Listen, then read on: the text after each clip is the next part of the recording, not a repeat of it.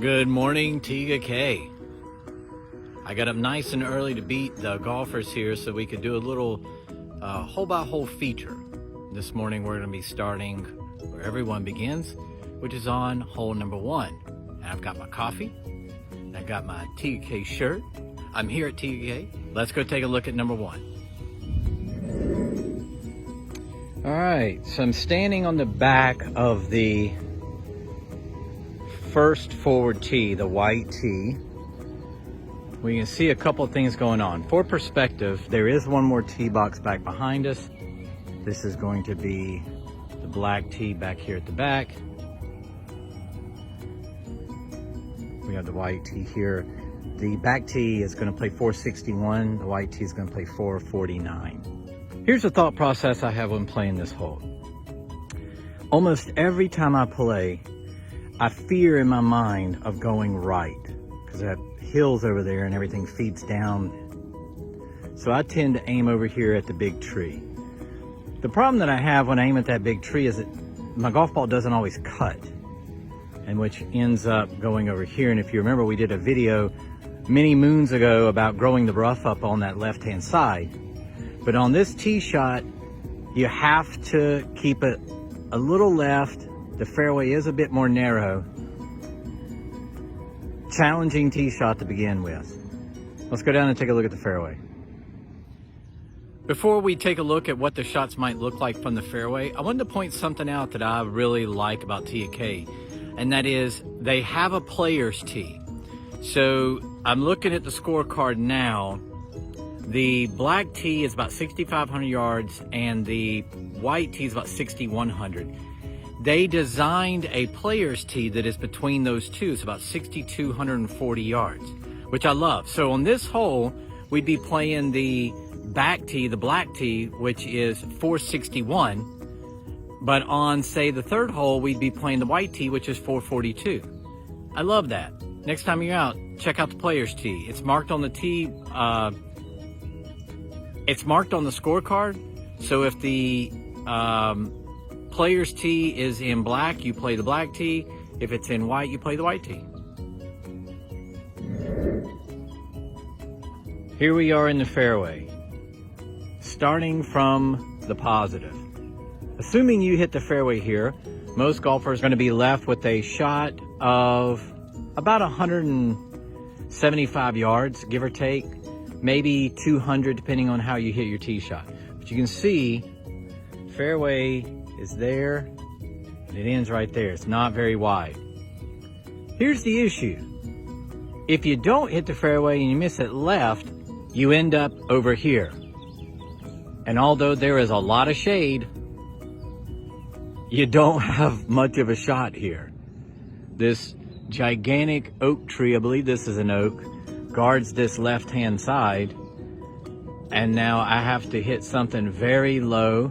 You also risk, when you go left, you also run the risk of coming over here, which is out of bounds. Left, no bueno.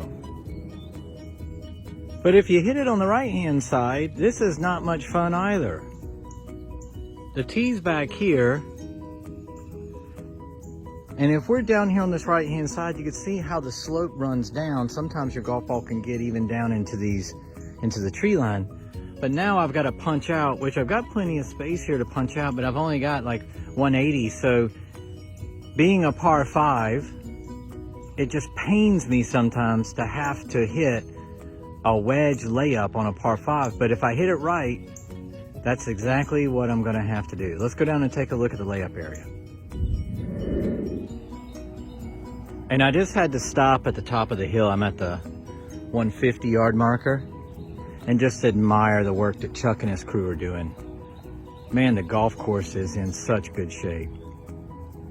And continuing off the situation that we hit it right, or maybe we even hit it left and we had to punch out down here, this leaves us a very short little shot uphill into this par 5.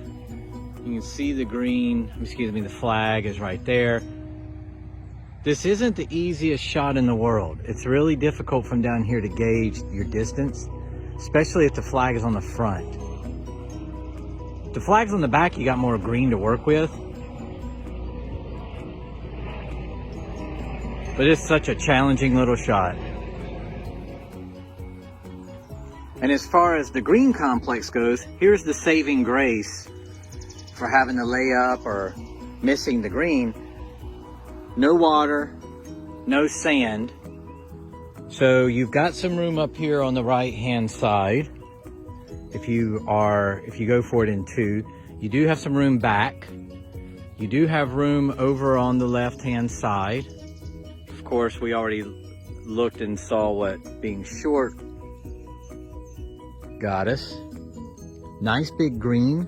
I believe this green's about 28 steps, 30 steps deep, about 22 steps wide. Gracious. They look so smooth, don't they? They're always fast too, so you gotta be careful, especially this flag down here. I was just thinking, but this flag down here, if you hit it up here in the back or middle of that green, that sucker is fast coming down that hill.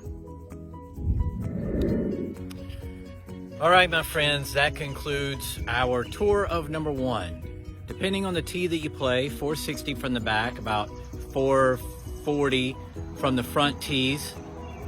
Hey, you know, however you play it, if you hit the fairway and you decide to go for it in 2, or if you don't and you have to lay up, or maybe you don't have the length, still have that nice little layup area. I'm kind of curious, how do you play the hole? Do you always hit driver off the tee? Do you maybe hit a hybrid or something off the tee and then hit 4 or 5 iron layup? Do you always go for it? Do you lay up? What do you do? I'd be really curious to know. So leave a comment. Let me know how you play this hole. That's going to end it for today, my friends. Next week, I think we're going to continue our little tour and we're going to take a look at the second hole. So be on the lookout for the next video. Also, go online, grab those tee times. You better be early because I know that here at Tega Cay, they do go fast. And until the next videos, my friend, have a good day.